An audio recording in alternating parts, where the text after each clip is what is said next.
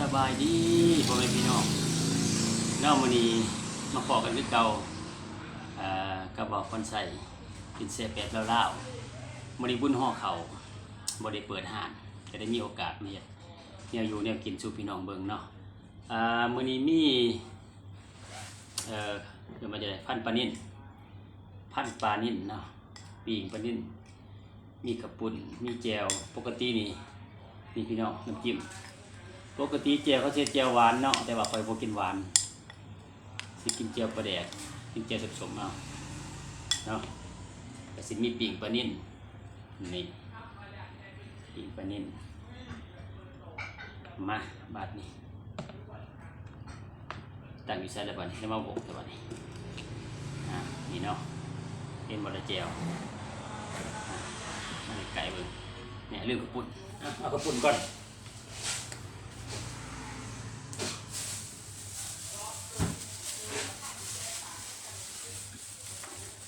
กินพันปลานิ่นต้องมีกระปุ่นพี่น้องต้องมีกระปุ่นนะมันจังสิเอิ้นว่าพันปลานิ่นพันปลาบ้านเขาเอิ้นพันปลาเด้อพี่น้องเด้อสบายดีพี่น้องฟังไทยฟังลาวเนาะที่เขามาเบิ่งมาชมกดไลค์กดแชร์ให้เด้อกดติดตามให้แน่ว่าสิเช้าเฮ็ดอะไรคลิปเก็บคลิปเฮาก็ได้10กว่ามื้อบ่มีคนติดตามก็เลยว่าสิเช้ามาแซ่บๆนั่นกันพี่น้องกำแดงแหกมานลองเบิ่งพันปลาอันนี้แจ่วนี่ปกติเขาจะแจ่วหวานเด้อแต่ว่าข่อยบ่กินหวานข่อยเฮ็ดเป็นแจ่วส้มเอา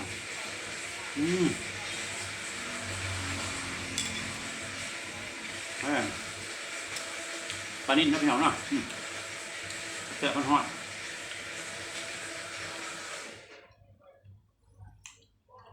มาเด้อแซ่บเด้อคุณห่อเขาไม่ได้เปิดห้างขายเครื่องมาเนี่ยผมจองบดมือ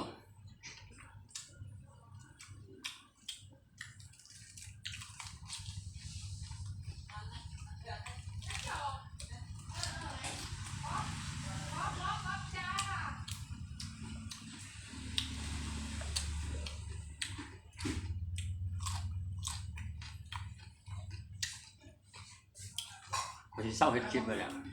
ไม่มีคนติดตาม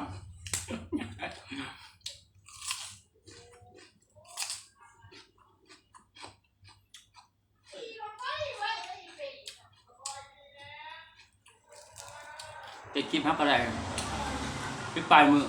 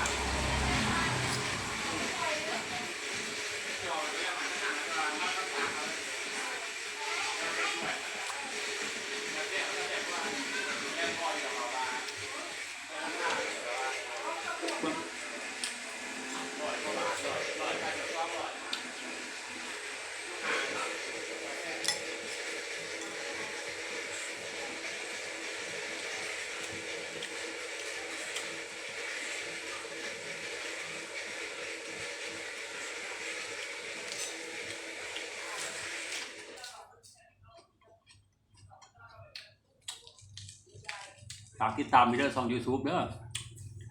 แล้วก็เพจเป็นแซ่บแบบเล่าฝากเป็นกำลังใจให้แน่พี่น้องปองไป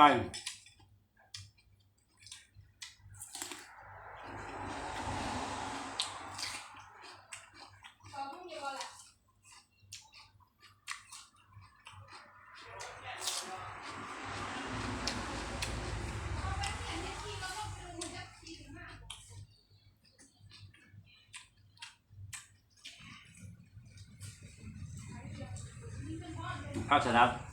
เอาจากสวนข้ามสวนออร์แกนิกปากซอง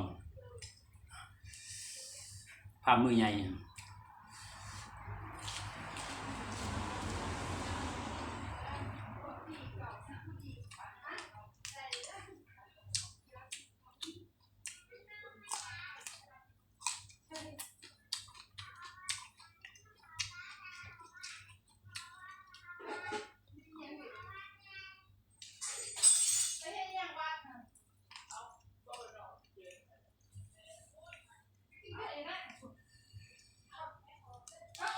ซ่บพี่น้องแซ่บคัก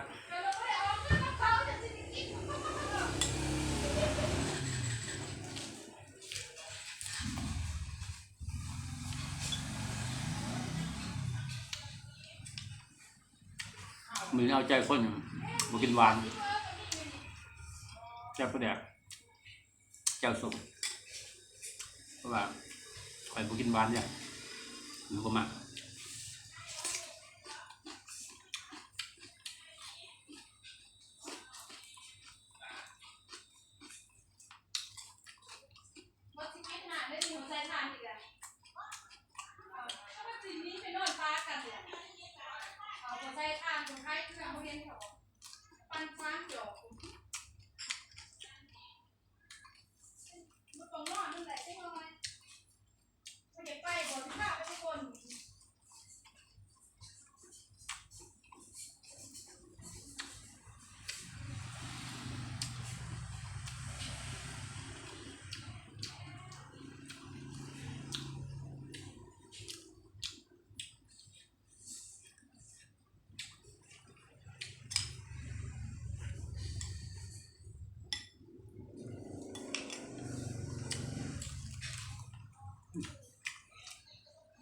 รอบครับพี่น้อง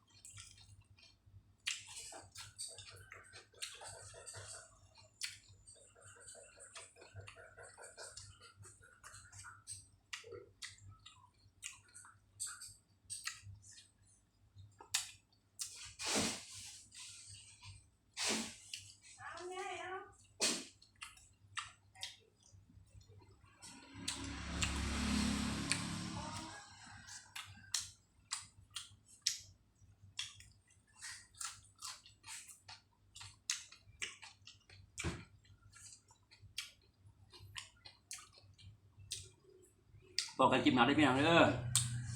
ฝากกดไลค์กดแชร์กดติดตามไปเนี่ย